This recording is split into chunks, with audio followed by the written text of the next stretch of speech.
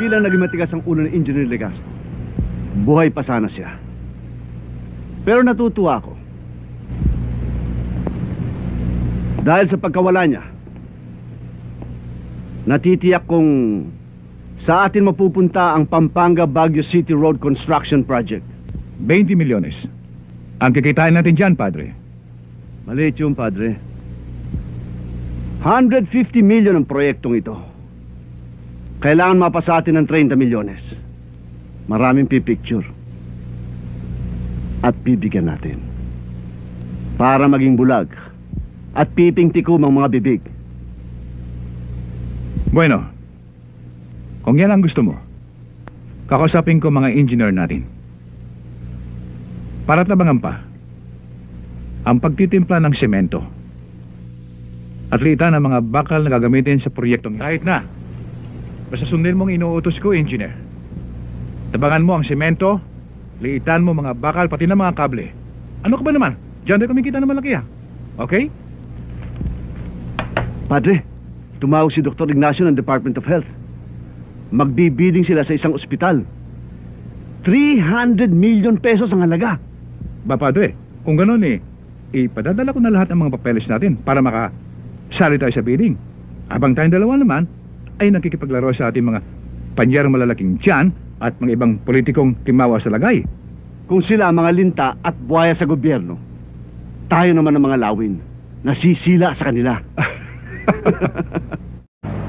Magmula na maging kontraktor ako, hindi ko pa kinita ang ganyang kalaking halaga, Mr. Araneta. At kikita ka ngayon sa napakasimpleng paraan. Tataasan mo lang ang bidding, Mr. Orbos. At mapapasayo ang 20 million pesos. Sa madaling salita, binibili niyo ako. Hindi ikaw, Mr. Orbos. Ang proyekto. At kung hindi ako pumayag, Papayag ka, Mr. Orbos. alam ba ninyo kung anong klaseng project ang pinagbibidingan natin? Alam namin, isang pampublikong ospital na nagkakahalaga ng 300 milyong piso. Ospital na walang perang mahihirap. May hirap nga. Pero patuloy pa rin nagbabayad ng buwis para pasweldohin ang mga tao ng gobyerno. Maging ito'y buhaya, pating, linta, o lawing mapanila. May laman yata yung sinasabi mo, Mr. Orbos.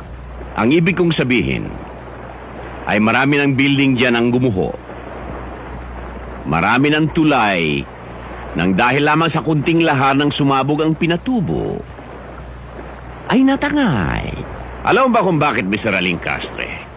Ang bakal na ginamit, imbes na maging ganito, ay naging ganito. Kaya madaling gumuho. At sa semento naman, sa isang sako, ay isang truck na buhangin ang nihalo. At sino nagpapasan? Ang mga may hirap na sinasabi ninyo. Kami bang pinagbibintangan mo, Mr. Orbos? Mr. Araneta, marami ng bugok sa pamahalaan. Huwag na natin dagdagan. Malansambo nga mo, Mr. Orbos. Baka nakakalimutan mong narito ka sa pugad ko. At pwede ka namin p***in ngayon din. Bakit hindi mo gawin? At nang pare-pareho na tayong paglamayan.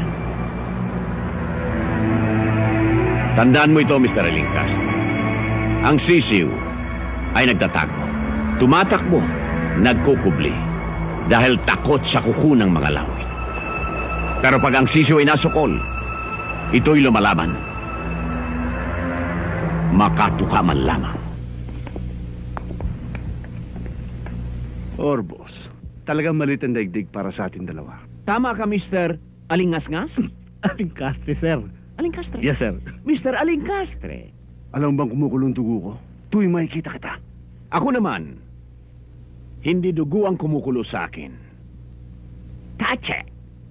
Bastos pala yung bunganga mo. Dapat sa'yo, pakainin ng siling labuyo. Correction. Ikaw ang dapat kumain ng siling labuyo.